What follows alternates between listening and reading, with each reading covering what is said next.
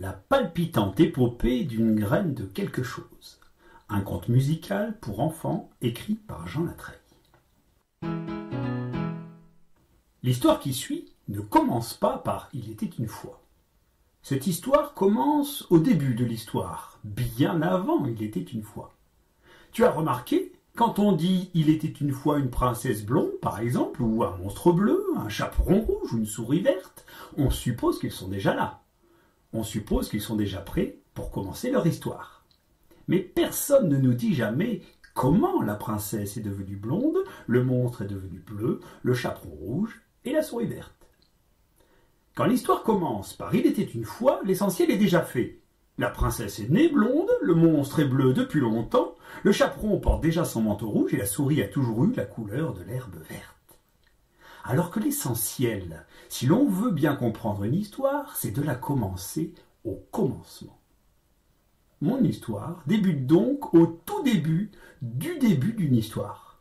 Pas quand la princesse, le monstre ou la souris étaient enfants, pas quand ils étaient bébés, non, même pas quand ils étaient dans le ventre de leur maman, non, avant, encore un tout petit peu avant. Au début, quoi.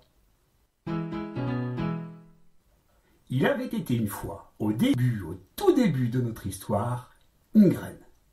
Une graine de quoi, me dis-tu? Mais attends, qu'est-ce que j'en sais, moi? On ne sait jamais au départ ce que chacun deviendra.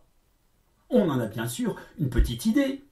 Le plus probable et le plus simple pour tout le monde, c'est que chacun devienne ce que sont ses parents. Ça leur fait tellement plaisir aux parents de faire des enfants qui sont pareils à eux, juste un peu plus petits et un peu plus jolis.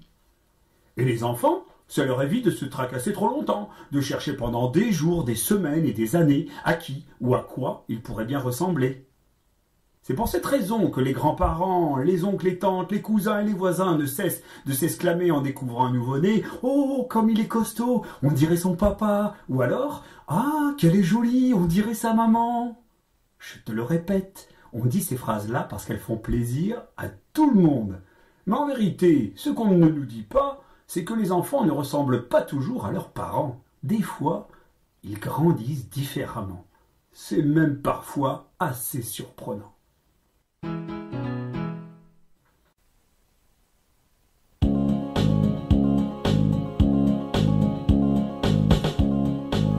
Na-na-na, na-na-na, na-na-na, na-na-na, na-na-na.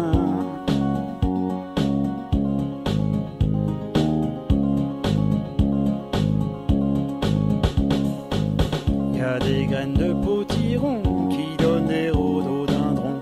On a vu des forsythias faire du persil, blablabla. Il y a des graines qui poussent à peine et qui virent au chrysanthème. D'autres un peu gonflées qui osent et finissent en rose. Et voilà, on devient pas tout le temps la copie de ses parents. Non, non, non. On finit pas forcément par ressembler à maman. Quand on grandit, on n'est pas pareil à papa. On ne devient pas tout le temps la copie de ses parents. On deviendra ce qu'on voudra.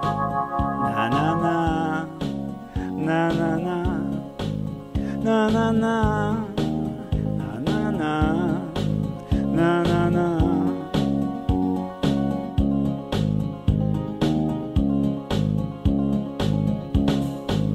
Il y a des graines de marronnier qui deviennent des cerisiers. Il y a des graines de primevère qui finissent en lierre.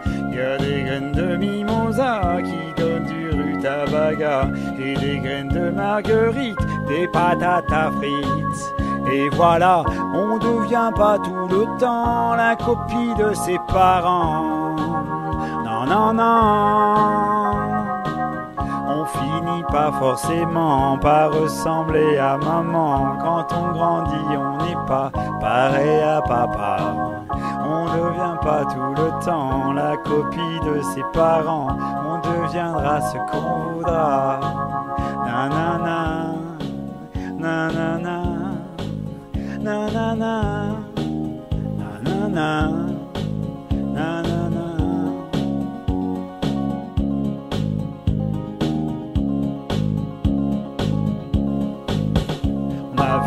amarrantes, que t'es pas super marrante, se changer en giroflée, joyeuse et gonflée.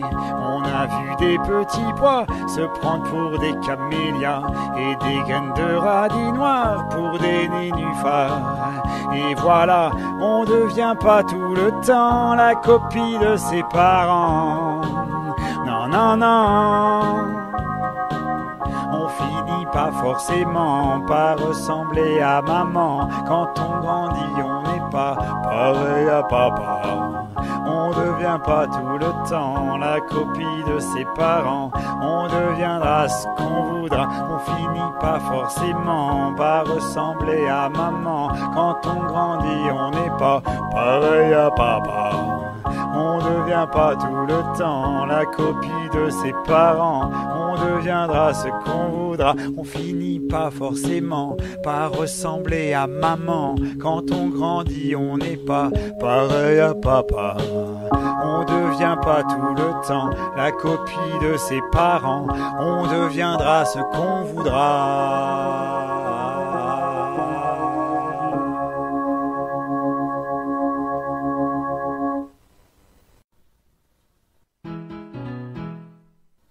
Voici donc notre petite graine d'on ne sait pas quoi, prise d'une irrésistible envie de grandir. Elle se dit « Avec un peu d'effort, en y mettant du cœur, je peux devenir, je ne sais pas moi.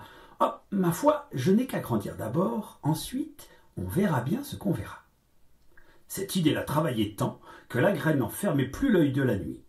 Et comme sous terre il ne fait jamais jour, la petite graine impatiente ne fermait pas l'œil du tout. Elle gambergeait. Ce qui tracassait notre bébé d'on ne sait pas quoi, c'est qu'elle n'avait strictement aucune idée de comment l'on s'y prend pour grandir. La pauvre n'avait ni de maman pour le lui dire, ni de papa. C'était une petite graine esselée, orpheline, perdue dans un lopin de terre isolé et qui n'avait personne à qui parler. Enfin, personne. Il y avait bien le ver de terre. Mais qui parle au ver de terre? Les vers de terre ne parlent à personne, pas même à leurs congénères. Il faut dire qu'ils se prennent un peu pour le centre de la Terre. En fait, ils s'intéressent si peu aux autres qu'ils s'étonnent toujours qu'on puisse leur adresser la parole. C'est pour cela que le ver de terre de notre histoire ne vit pas tout de suite la petite graine plantée à ses côtés et qui s'adressait à lui en ces termes. « Très cher ver !» Elle connaissait la susceptibilité des vers de terre. « Vénéré ver !» lui dit-elle. « Dites-moi comment l'on fait pour grandir, enfouis comme nous le sommes tous deux dans cette terre obscure. »« C'est fort simple, répondit le ver. D'ailleurs, tout le monde sait cela. » Le ver pensait comme tous les vers que pour être intelligent, il faut savoir ce que tout le monde sait déjà. « Voulez-vous me faire croire, jeune graine, que vous ignorez comment l'on pousse ici-bas » lui dit-il de l'air le plus suffisant qu'on ait jamais vu sur une tête d'asticot. « Ma foi, c'est bien la vérité, je ne sais pas comment l'on fait pour grandir, » répondit la petite graine qui craignait bien plus de ne pas pousser que de paraître ignorante. « Expliquez-moi, je vous en prie, » dit-elle au lombric du ton respectueux qui plaît tant au ver de terre. « Pour pousser dans la terre, répondit le ver d'un ton professoral, il faut manger la terre. La terre n'est pas que poussière, elle est nourricière. Elle porte en elle les éléments indispensables à la croissance des organismes vivants, de l'azote, de l'oxygène, du carbone, mais aussi à doses microscopiques et pourtant bien suffisantes pour faire pousser les graines de votre acabit, du cuivre, du fer, de la chlorophylle et plein de minéraux qui donnent un tonus comme celui que vous me voyez. C'est simple, moi la terre, je passe mon temps à la goûter. Je la déguste, je la savoure, je la bouffe, je me baffe, je me goinfre, je m'en mets plein la panse, je la dévore, je l'adore. Vous comprenez ? Je comprends fort bien, en effet, dit la graine un peu dégoûtée, mais êtes-vous sûr qu'on peut manger de la terre ? N'est-ce pas un peu sale ? N'y a-t-il pas trop de cailloux, de gravier, de racines ou de vieux papier ? Oh, c'est tout l'art du ver que de bien choisir sa terre, répondit l'invertébré. Celle que vous voyez autour de nous est garantie sans défaut. Pure, saine, moelleuse, croquante à souhait. Goûtez, vous dis-je, vous vous régalerez. Alors, en faisant un effort immense pour surmonter son dégoût, la petite graine ouvrit sa petite bouche de graine et la laissa se remplir d'un infime petit amas de terreau. Puis d'un deuxième plus gros, et puis d'un autre encore. Et elle en mangea jusqu'à ce qu'elle ait l'impression d'avoir avalé la planète. Alors, rassasiée, repue, arrondie, autant que peut l'être une petite graine d'on ne sait pas quoi, Elle s'endormit près du ver qui continuait à dévorer la terre sans se limiter et sans penser. Pour la première fois de sa vie, la graine dormit sans interruption toute une nuit durant. Au matin, fendant la surface de la terre, une tige portant 2 petites feuilles avait grandi. « J'ai soif !» Ce furent les premiers mots que prononça la petite graine après avoir éclos.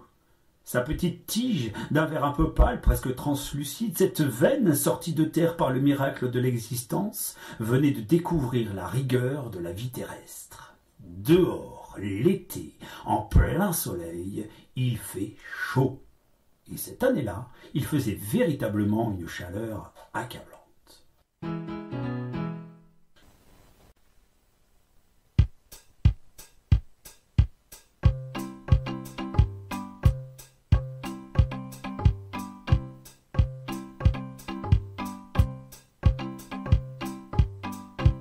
Cet été tape le soleil. On n'a jamais sué pareil. Le soleil a tout asséché. On n'a jamais autant sué. C'est pour ça que tous les hommes ont soif. Mais comme toutes les gouttes de l'eau s'évaporent et s'en vont s'envoler dans le ciel, y a-t-il un moyen pour que les hommes effraient sous les cinglants rayons du soleil? Y a-t-il un moyen pour qu'ils aient enfin à boire? Y a-t-il un moyen, on voudrait bien le savoir.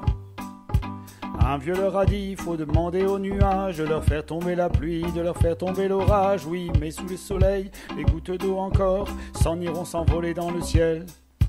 Car toutes les gouttes de l'eau s'évaporent sous les cinglants rayons du soleil. Adidi, ah là là, il fait chaud. Adidi, ah là là, il n'y a plus d'eau. C'est pour ça que tous les hommes ont soif. Mais comme toutes les gouttes de l'eau s'évaporent et s'en vont s'envoler dans le ciel, y a-t-il un moyen pour que les hommes effraient sous les cinglants rayons du soleil? Y a-t-il un moyen pour qu'ils aient enfin à boire? Y a-t-il un moyen, on voudrait bien le savoir.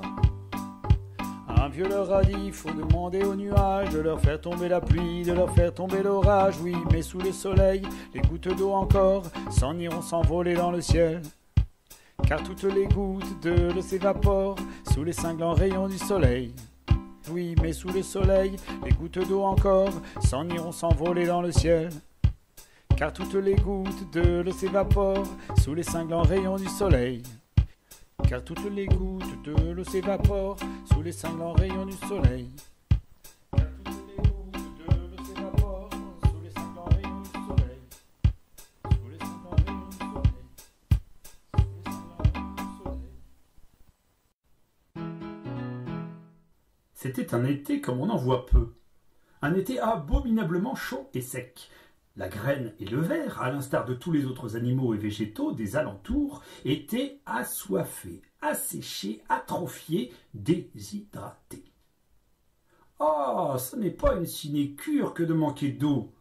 Ça n'est pas comme manquer, disons, de chance ou comme manquer sa cible. La chance, ça tourne. La cible, on l'atteindra bien un jour, mais l'eau, si on en manque, ça devient immédiatement un gros problème. Ça urge le manque d'eau, c'est un gros souci le manque d'eau, car sans eau, on se retrouve peu à peu avec seulement la peau sur les os. Et rien, oui, personne, ni rien ne peut survivre sans cette satanée molécule d'H2O. Le ver, lui, n'en souffrait pas trop, car il était grand et gros et gras, déjà plein, mais alors plein d'eau. Un vrai tonneau. Depuis qu'il s'alimentait et qu'il faisait des anneaux, le ver s'était imbibé de flotte et avait glissé sous sa peau, de quoi survivre à plusieurs étés chauds. Il pouvait sans sourciller patienter sous terre à l'abri de la chaleur pendant 2 ou 3 mois, en attendant la pluie qui accompagnerait à coup sûr les premiers jours de l'automne. Notre graine débutante, elle, n'avait pas de pareille réserve. Et dans son impatience à grandir, elle n'avait pas prévu que la petite tige qu'elle avait fait sortir de terre avec autant d'efforts, ces 2 petites feuilles vertes et tendres dont elle était si fière, risquaient de se dessécher totalement sous la rigueur caniculaire de l'été. Si cela devait par malheur arriver, c'en serait fini des espoirs de la petite graine de devenir une grande plante de quelque chose, avec de beaux fruits ou de belles fleurs dont on ne sait pas quoi. On ne pousse qu'une fois, se disait la malheureuse en songeant que si la journée se terminait sans eau, elle finirait, elle, la jolie petite graine, en simple terreau. Alors qu'elle réfléchissait à un moyen pour trouver rapidement de l'eau, un bruit assourdissant résonna jusqu'au centre de la terre. On aurait dit que quelque chose de lourd, d'énorme, avait été projeté au sol. La graine en fut déplacée d'au moins 1 centimètre, ce qui est gigantesque pour une graine, et elle manqua de peu d'être arrachée de sa tige. Le ver, qui finissait de mastiquer une grosse bouchée de terre sèche, manqua de s'étrangler et il recracha le morceau illico. Il lança à la graine un regard inquiet. « C'est l'oiseau, dit-il. Il vient nous chercher. » « Comment ça, nous chercher ?» répondit la graine en profitant d'une accalmie soudaine. « Mais qu'est-ce qu'on lui a fait ?»« Rien, dit le ver. Mais il a besoin de nous. Toi, la graine, tu peux lui servir de réserve pour l'hiver. Quant à moi... » Le ver s'interrompit et il devint vert. Vert pâle, précisément. « Oui, vous ?» interrogea la petite graine, curieuse et inquiète. Avant même que le ver ait eu le temps de lui répondre, un autre bruit sourd se fit entendre. La terre trembla. Un amas de cailloux déboula en avalanche entre la graine et le vermisseau apeuré. L'oiseau commença à creuser la croûte terrestre avec la volonté farouche d'y trouver quelque proie. Au prochain coup de bec, c'est sûr, il serait à sa merci. « Que fera-t-il de vous ?» insista la graine, dont la peur ne suffisait pas à éteindre la curiosité. « Pas le temps de te le dire, petite graine, il faut se mettre à l'abri sans attendre, si on ne veut pas que l'un de nous 2 se fasse attraper par ce monstre. » « Mais où pouvons-nous aller ?» hurla la graine au milieu du vacarme des coups de bec qui frappaient le sol. À cet instant précis, un violent coup porté par le prédateur dégagea un gros caillou et fit pénétrer dans la terre un rayon de soleil qui éblouit nos 2 habitants du sous-sol, les empêchant de voir bondir sur eux le bec de l'oiseau chasseur. « Aidez-moi, par pitié !» hurla la graine au ver qui s'enfuyait. Répondant à son appel, au prix d'un effort inimaginable pour un ver de terre, ému par une tendresse inattendue envers cette petite graine qui l'avait aidé à grandir, le ver courageux, s'étendant de tout son long, parvint à atteindre la tige de la petite graine effrayée. Il s'entoura autour d'elle, et c'est à l'instant où il commençait à s'enfoncer dans la terre qu'il sentit le bec de l'oiseau se refermer sur lui. Alors, à une vitesse infiniment plus rapide que celle qui rythmait ses balades souterraines, le ver s'envola à une altitude vertigineuse et vit s'éloigner inéluctablement le petit lopin de terre qu'il avait passé une vie entière à déglutir et à savourer. Blotti quelque part, au cœur des nœuds que le ver faisait avec sa queue, la petite graine à tige verte devenait la première espèce florale à vivre son baptême de l'air. Et elle s'étonna de voir que d'en haut, le monde est encore plus beau.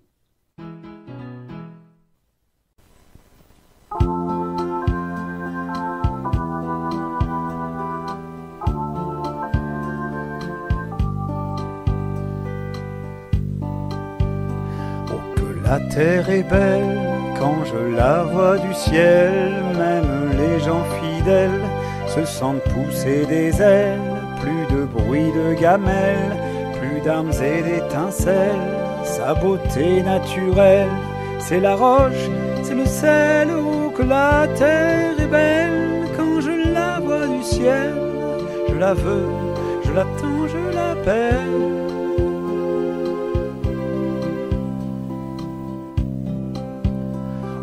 La terre est belle quand on la voit du ciel, même les gens un peu frêles se sentent pousser des ailes, plus d'ordures, de poubelles, de mercure, de diesel, sa beauté naturelle, c'est la fleur, c'est le miel, oh que la terre est belle, quand on la voit du ciel, on la veut, on l'attend, on l'appelle.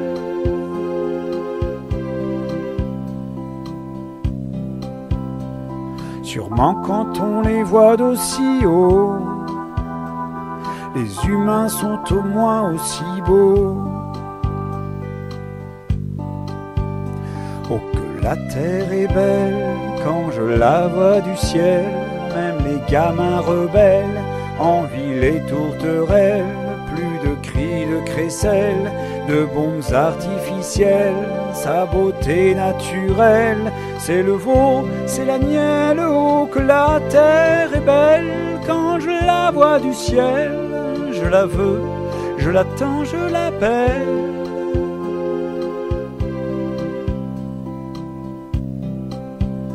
Oh, que la terre est belle quand on la voit du ciel, même les gens cruels envient les hirondelles. Plus d'orage, plus de grêle, plus de typhon mortel, sa beauté naturelle, c'est l'eau des cascatelles. Oh, que la terre est belle quand on la voit du ciel, on la veut, on l'attend, on l'appelle.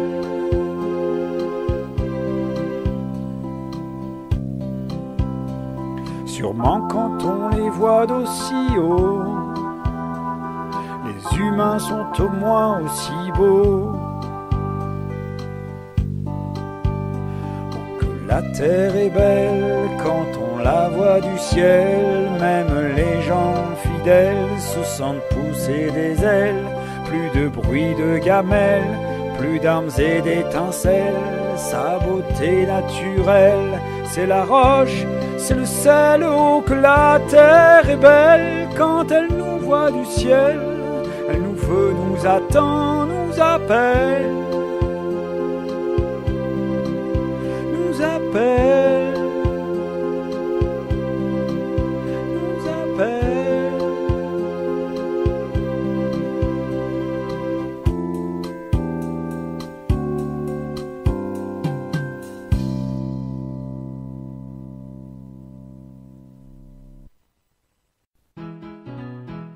Le ver tenait donc fermement dans ses anneaux enroulés la tige fragile de la petite graine. Bien qu'il soit lui-même enserré dans les griffes de l'oiseau qui les emportait vers son nid, le ver ne tarda pas à établir une nouvelle stratégie. « Je vais bientôt te lâcher, dit-il à la jeune pousse de verdure. « Comment ça me lâcher? Ça ne va pas la tête? On vole à près de 20 mètres du sol et vous voulez me lâcher? Vous voulez ma mort ou quoi? Au contraire, petite graine, je veux que tu vives. Alors gardez-moi avec vous. Je ne m'en tirerai pas sans votre aide. Justement, c'est la dernière leçon sur la vie que je vais pouvoir t'apprendre, gentille graine. Attaché à moi, tu finiras en brindilles sèches pour colmater les trous du nid du gros volatile qui nous transporte. En revanche, si je te lâche, tu retombes sur la terre. Regarde loin ce nuage vers lequel nous nous dirigeons. Oh, un nuage! Chic alors, il va enfin pleuvoir. Voilà ta chance, petite graine. Si je te laisse tomber à l'abri de ce nuage et que tu tombes dans une terre suffisamment humide, sans doute pourras-tu pousser avec plus de facilité que dans notre terre devenue aride. En voulant notre perte, cet oiseau t'aura sans doute sauvé la vie. Oui, mais vous ne m'avez pas dit. Oh, moi, il y a peu de chances que ce prédateur me libère. Que va-t-il faire de vous alors? Tu le sais bien, petite graine. Dans ce monde, chacun doit nourrir quelqu'un d'autre. La terre m'a nourri assez longtemps, il est temps que je nourrisse à mon tour un plus gros que moi. Mais nous voilà à l'orée du nuage, mon ami. Je vais te libérer en te souhaitant bonne chance, petite graine dont ne sait pas quoi. Tu auras fait de moi un ver utile à quelque chose. Allez, bon vent, petite. Et avant même que la petite graine ait le temps de le remercier, de lui dire toute sa gratitude pour l'avoir aidé à pousser et à devenir la jeune belle plante qu'elle était déjà, la graine lâchée par le ver se sentit tomber, et elle finit par atterrir enfin 20 mètres plus bas dans une flaque d'eau. Il avait beaucoup plu dans ce pays-là. Le nuage avait bien fait son travail, tout était détrempé. La petite graine était folle de joie, se laissant balloter par le vent dans l'eau agitée d'une immense flaque d'eau. « De l'eau, enfin de l'eau, se dit-elle, je vais pouvoir grandir, pousser, embellir, je vais être la plus belle plante de quelque chose qu'on aura vu dans ce pays. » La jeune graine but toute l'eau qu'elle put, et elle plongea la tige la première au fond de la flaque pour voir quelle sorte de terre l'attendait là-dessous. Mais à sa grande stupéfaction, ce n'était pas de la terre qui se trouvait sous l'eau, c'était du bitume. La petite pousse avait atterri dans un caniveau, et le courant qui se faisait de plus en plus fort l'entraînait à coup sûr dans les égouts de la ville. La graine ignorait tout des égouts, elle qui n'avait vécu jusque-là qu'en plein champ dans la campagne, mais elle entendait de loin en loin le grondement d'une cascade qui se faisait de plus en plus menaçante. Elle fut prise dans un tourbillon où s'entrechoquaient des feuilles mortes, des papiers sales et des bouchons de bouteilles en plastique. La petite graine, suffocante, incapable de résister au courant qui l'entraînait, eut tout juste la force de sortir une dernière fois la tige hors de l'eau pour regarder ce pays dans lequel elle aurait tant voulu grandir. De nouveaux nuages, plus chargés d'eau encore que les précédents, venaient déverser leurs tombereaux de pluie sur la ville déjà inondée. Dans les rues, chacun filait se mettre à l'abri. Et la dernière image qu'emporta la graine avec elle, avant de s'évanouir noyée, fut le pas tranquille d'un homme en gris qui se promenait sous la pluie.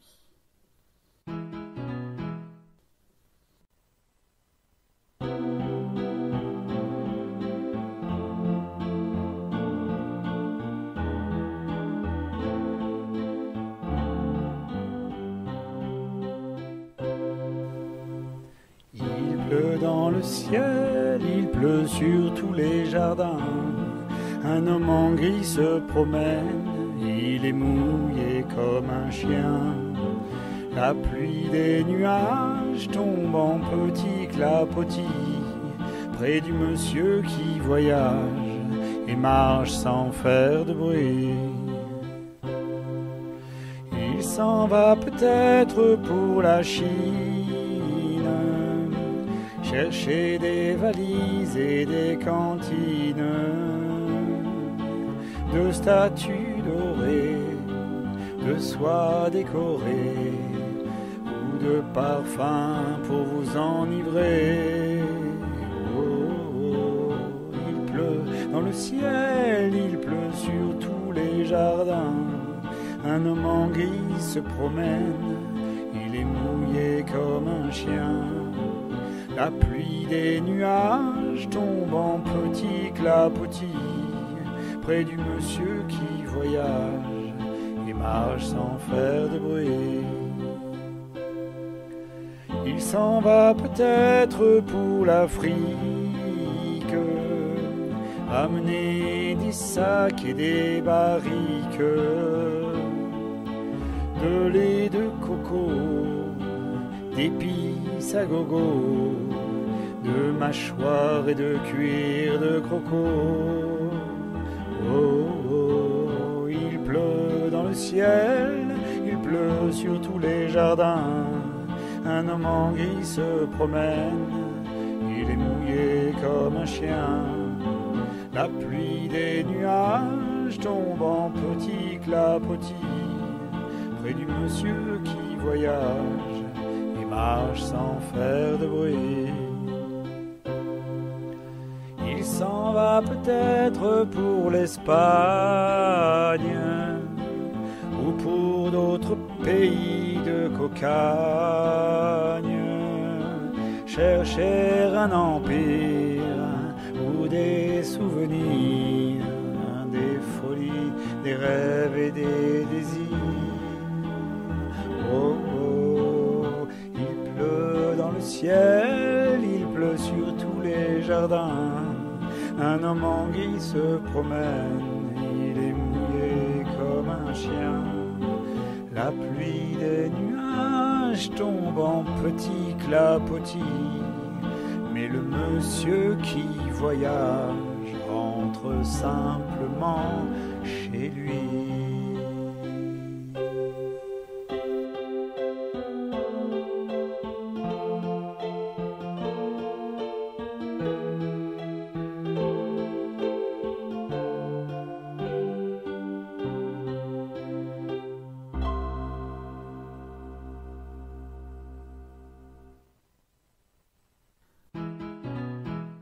Allez savoir pourquoi, sous cette pluie battante, l'homme en gris posa son regard sur ce tourbillon d'eau pluviale.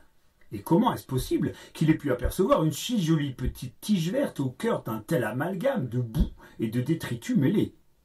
Mais les gens voient parfois des choses qui nous échappent. L'homme en gris avait remarqué ce petit brin d'herbe à la dérive, dont n'importe quel autre observateur aurait tout bonnement ignoré l'existence.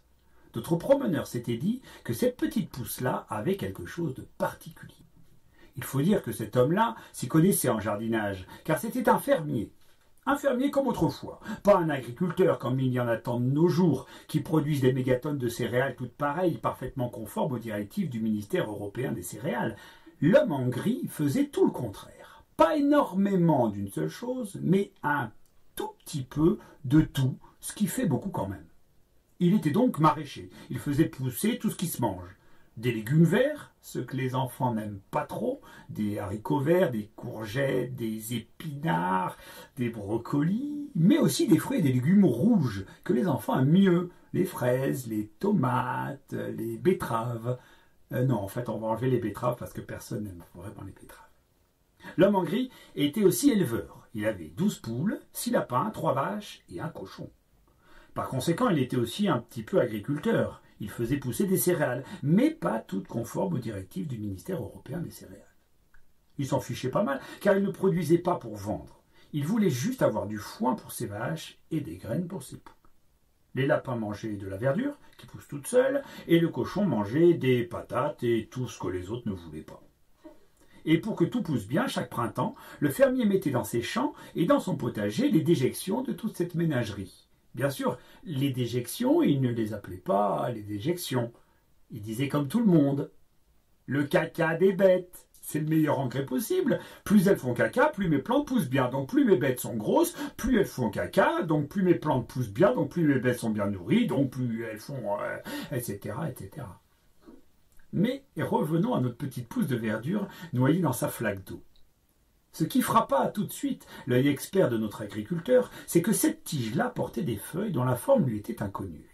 Des feuilles comme on n'en voyait pas dans la région, de forme triangulaire mais très découpée, avec des extrémités arrondies, une feuille étrange pour un jardinier du Nord, qui valait bien qu'on lui donne une chance de grandir. C'est pour cette raison que l'homme l'avait saisie d'un geste rapide avant qu'elle ne finisse avalée par le caniveau. « Tiens, je vais te planter là, dit-il le lendemain en enfonçant délicatement la jeune pousse dans le riche terreau de son jardin potager. Il avait décidé de lui faire dans son jardin une jolie place au soleil, pour lui donner toutes les chances de grandir.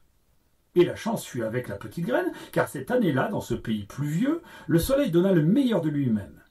La graine devint une tige immense qui grandit sans relâche, profitant de tous les supports qu'elle trouvait pour s'y enrouler encore, et continue à pousser toujours chaque jour un peu plus loin.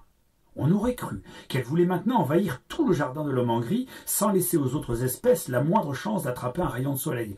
Il semblait que dans son ivresse de grandir, la petite graine devenue immense négligeait totalement l'existence de ses congénères. Elle voulait de la place et elle la prenait. En fait, je crois qu'elle voulait toute la place.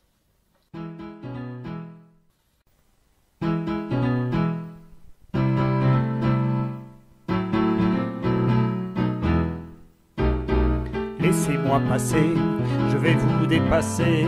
Là où je pousse, faut vous pousser. La place que tu prends, si tu la voles aux gens, tu n'en profiteras pas vraiment. Les conquérants ne comprennent pas qu'on ne chasse pas ses voisins comme ça. Pour avoir de l'espace, faut partager la place, pas s'enfermer dans son palace. On ne fait pas de place aux autres, on finira seul à la nôtre. Si tu ne fais pas de place aux autres, tu finiras seul, finiras seul, finiras seul.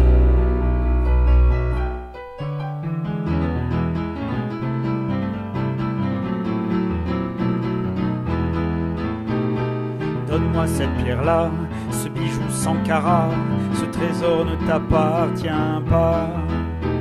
Les richesses les plus larges sont celles que l'on partage, pas celles que l'on enferme en cage. Les avares ne comprennent pas qu'on ne peut pas tout garder pour soi.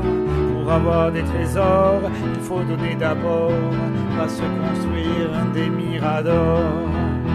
Si on ne donne jamais rien au monde, on finira seul dans sa tombe. Si tu ne donnes jamais rien au monde, tu finiras seul, finiras seul, finiras seul.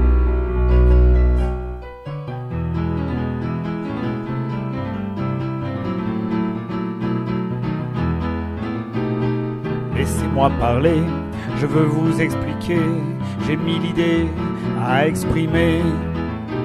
Si tu parles tout le temps, mais qu'est-ce que tu entends? Qu'est-ce que tu peux savoir des gens? Les bavards ne comprennent pas qu'on ne fait pas taire les gens comme ça. Pour avoir la parole, faut pas jouer tous les rôles, pas donner trop de coups d'épaule. Si on n'écoute jamais personne, à quoi servent tous nos téléphones? Si tu n'écoutes jamais personne, tu finiras seul, finiras seul.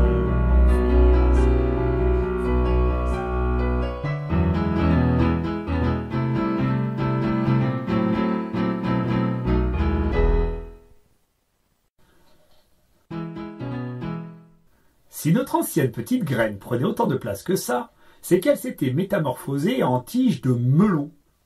Et les melons, avant d'être de beaux fruits verts à la chair orangée, ce sont des tiges qui poussent, et qui recouvrent la terre pour que leur abondant feuillage profite au maximum des bienfaits du soleil. Notre tige de melon ne s'en privait pas, d'autant plus que cet été-là, on le sait, le soleil frappait généreusement la terre de ses rayons puissants. Épanouie, autant que peut l'être une jeune pousse de melon, notre ex-petite graine grandissait chaque jour un peu plus, sous l'œil gourmand du maraîcher qui n'en revenait pas, à une telle latitude, de réussir à faire pousser un légume des régions chaudes. Mais cette saison est décidément exceptionnelle. Les étés étaient chaque année un peu plus chauds, et ce n'était sûrement pas notre jardinier qui allait s'en plaindre. Dire qu'il paraît que certains hommes en faisaient toute une histoire de ce réchauffement climatique, mais c'est bien connu, les malheurs des uns font souvent les bonnes affaires des autres.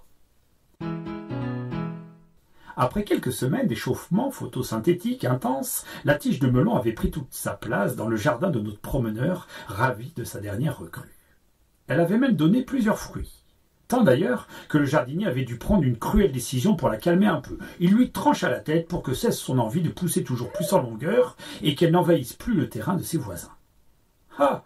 Elle avait bien changé la petite graine perdue dans la terre. Désormais, ses racines bien enfoncées dans le sol, à la recherche d'eau et de nutriments, elle ne cessait de vouloir grandir et grandir encore. C'est excitant de grandir en fait, parce que tant qu'on n'est pas arrivé au bout de sa croissance, on se demande bien si ça va finir un jour. Et comme pour le savoir, il faut avoir fini de pousser, tout ce qui grandit est poussé à grandir encore plus chaque jour pour savoir à quel moment ça va se terminer, cette affaire. On n'imagine pas le nombre de questions que se pose tout ce qui grandit. Notre ancienne petite graine, elle, n'avait même pas le temps de s'interroger. Surexcitée par ses nouvelles capacités, elle ne se laissa pas intimider par le coup de tenaille du jardinier. Il ne voulait pas qu'elle grandisse, eh bien qu'importe, elle décida de grossir. Elle mit toutes ses capacités d'absorption du gaz carbonique pour produire chaque jour des milliards de nouvelles cellules de melon dont elle faisait essentiellement profiter ses fruits qui devenaient chaque jour plus ronds et plus lourds. À tel point qu'un beau jour, la petite graine devint la mère de 12 gros melons bien juteux, gorgés d'eau et de soleil. Aïe! Mais ça fait super mal ça! Imagine qu'un matin, sans prévenir, quelqu'un vienne vers toi, t'attrape par un bras et d'un geste décidé te tranche d'un coup sec une main entière. Ou une oreille, hein, tu dirais pareil. En fait, tu dirais même pire. C'est pourtant ce qui venait d'arriver à la tige de melon. On venait de lui couper un organe, un morceau d'elle-même. Le jardinier venait de cueillir l'un de ses 12 fruits. La graine de melon se mit alors à faire remonter un maximum de sève vers l'endroit qui lui servait à réfléchir. Elle se dit à elle-même « Voyons, avec un fruit de moins, rien ne m'empêche de pousser encore. Ça sera même plutôt mieux pour ses 11 frères et sœurs survivants. C'est terrible ça, mais quand un enfant quitte la maison, les parents sont désespérés. Mais les autres savent bien que ça leur fera plus d'espace. Ils n'ont pas tort après tout. Un fruit perdu, ça n'est pas la fin du monde. Vu la place qu'on occupe encore dans son potager, se dit l'ex-petite graine devenue grande, le fermier n'est pas prêt de se débarrasser de nous. Notre plan de melon n'avait pas complètement tort. Il avait une assurance vie, c'était les 11 fruits survivants. Tant qu'il n'était pas cueilli, la plante restait intouchable. Ensuite, on verra bien ce qu'on verra, se disait-elle comme autrefois. Il ne fallut pas plus de quelques jours pour que les fruits quittent un par un la tige qui les avait fait naître. L'homme en gris était ravi de ces nouveaux fruits, il ne voulait pas prendre le risque de les voir éclater au soleil. Mais à partir du moment où la tige eut donné tous ses fruits, elle s'aperçut que le jardinier ne la regardait plus comme avant. Terminé les visites quotidiennes, fini l'apport d'eau régulier et délicat, comme lorsqu'il évitait de mouiller ses feuilles, de peur que le plant de melon ne tombe malade. Ça devenait chaque jour plus évident. Le jardinier se désintéressait totalement de notre ancienne petite graine. C'est comme si, quand vous avez tout donné, vous n'intéressiez plus personne. La graine commençait à ne plus voir son maraîcher de la même façon. « Oh, ils ne sont pas très reconnaissants, les hommes, se disait-elle. On les occupe, on leur donne l'occasion de se rendre utile, d'assister à notre éclosion, de se sentir responsable de notre croissance, alors qu'on se débrouille très bien sans eux, en fait. Finalement, on les nourrit, on leur procure des sensations gustatives étonnantes, on leur donne un plaisir inégalable, et pour quelle reconnaissance? Rien. On ne compte plus pour rien. Décidément, les humains ont une drôle de façon d'aimer. Ils n'aiment que ce qu'ils peuvent s'approprier.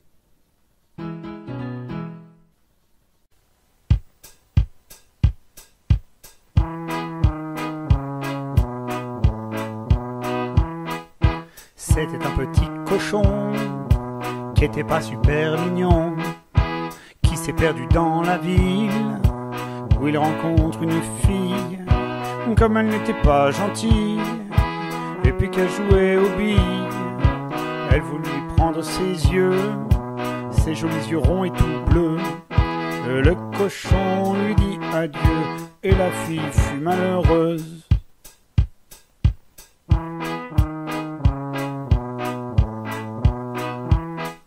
C'était un petit cochon qui était pas super mignon, qui passait tout près d'un bar où il rencontre un soulard. Comme le soulard était rond et qu'il cherchait un tire-bouchon, il voulut lui prendre sa queue, sa jolie petite queue. Le cochon lui dit adieu et le poivreau fut malheureux.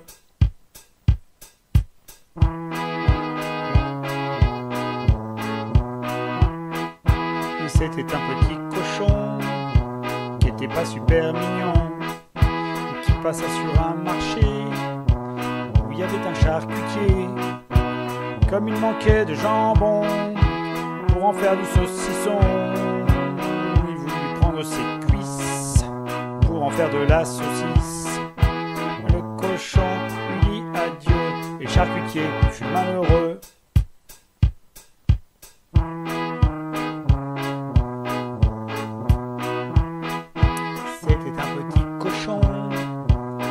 Pas super mignon, qui finit dans un enclos où il vécut en solo. Comme il vivait sans copain, et il grognait soir et matin. Un cochon, se disent les gens, c'est pas très intéressant. C'est pour ça que malgré eux, les cochons sont malheureux.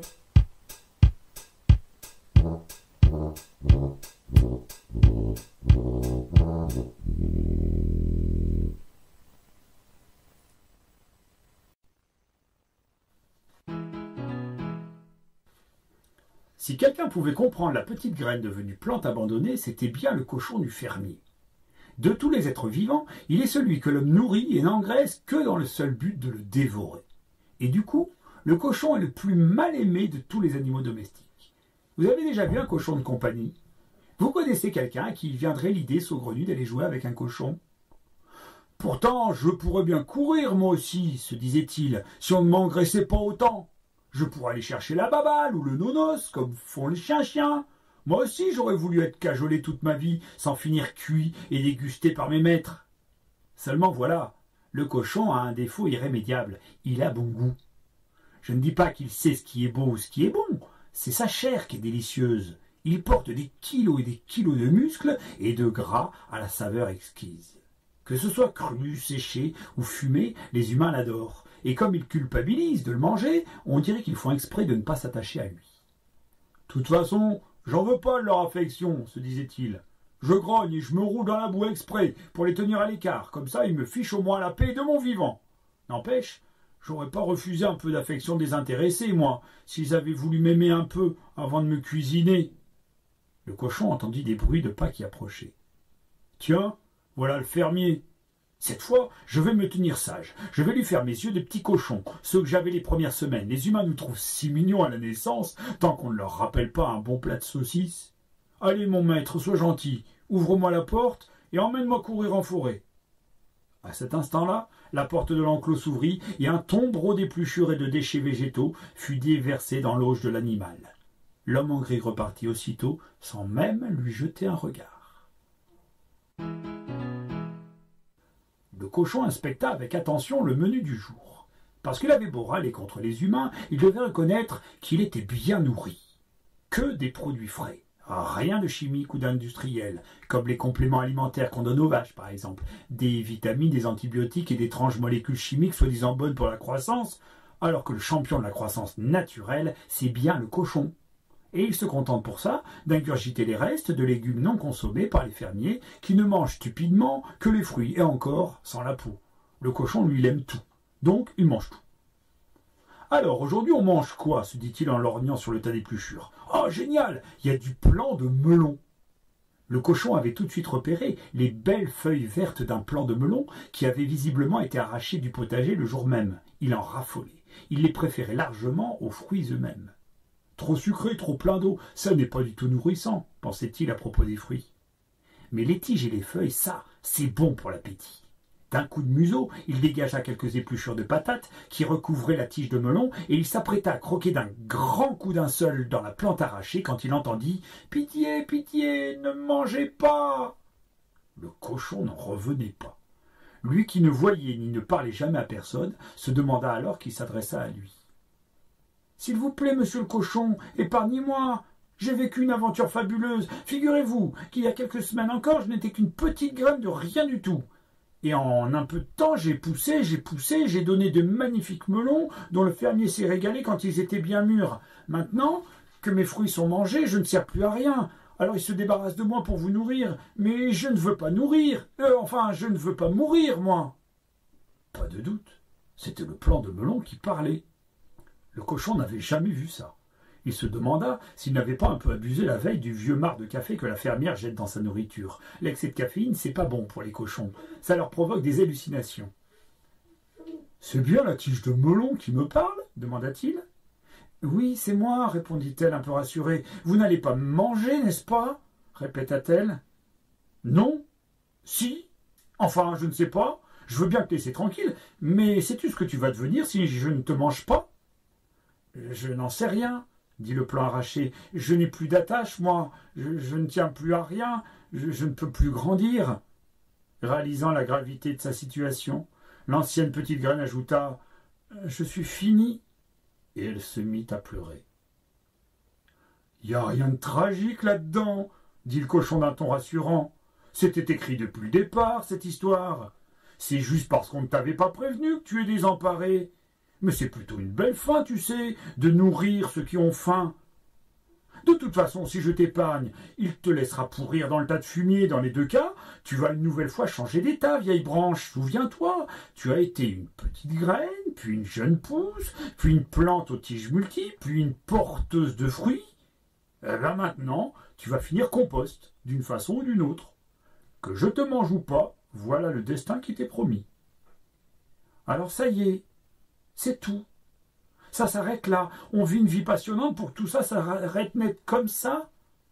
Bah non, tout ne s'arrête pas du tout. Non, non, non, non, tu ne m'as pas compris. Comme tu vas être putréfié et transformé en engrais, c'est toi qui vas nourrir les plantes au printemps prochain. Tu veux dire que je vais faire pousser quelque chose, dit-elle. Oui, ou plus exactement, tu vas aider de nouvelles graines à devenir de nouveaux plants. De quoi? Qu'est-ce que j'en sais, moi? Tu ne te souviens plus de la règle? Tant qu'il n'a pas grandi, on ne sait jamais ce que chacun deviendra. Et voilà, c'est ainsi que s'achève la vie de notre petite graine. Tout se termine pour elle dans l'estomac d'un gros cochon un peu grognon et glouton qui voulait qu'on ne l'aime que pour lui. Un cochon un peu philosophe aussi, qui lui a appris une leçon essentielle. Notre vie ne sert jamais à rien. Quelle que soit la durée de notre existence, ça se passe toujours ainsi. On grandit, on se transforme, et ce faisant, on nourrit les gens qui nous entourent. Et c'est comme ça, l'air de rien, que l'on devient quelqu'un.